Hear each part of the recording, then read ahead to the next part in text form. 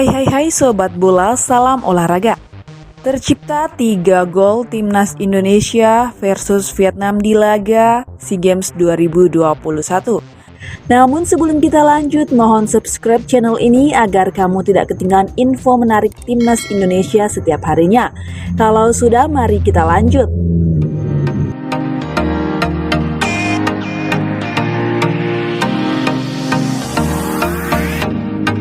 Timnas Indonesia U23 menahan imbang Vietnam di babak pertama matchday perdana grup A sepak bola putra SEA Games 2021.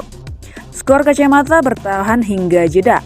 Pertandingan berlangsung ketat sejak kick-off kedua tim sama-sama menerapkan pressing tinggi di mana Vietnam lebih dominan menguasai bola.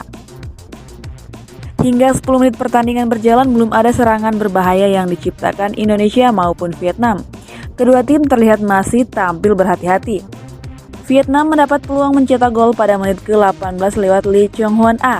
Namun tembakan kerasnya dari luar kotak penalti masih melebar di sisi kanan gawang Indonesia.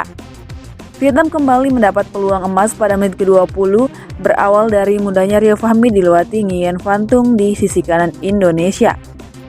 Penyerang Vietnam itu menusuk ke kotak penalti untuk melepaskan tembakan datar melengkung. Pada menit ke-27, Vietnam mengancam gawang Adi Satrio lewat serangan balik lini tengah Indonesia gagal mengantisipasi pergerakan pemain Vietnam, yang kemudian melepaskan tembakan keras yang masih bisa ditepis kiper Indonesia.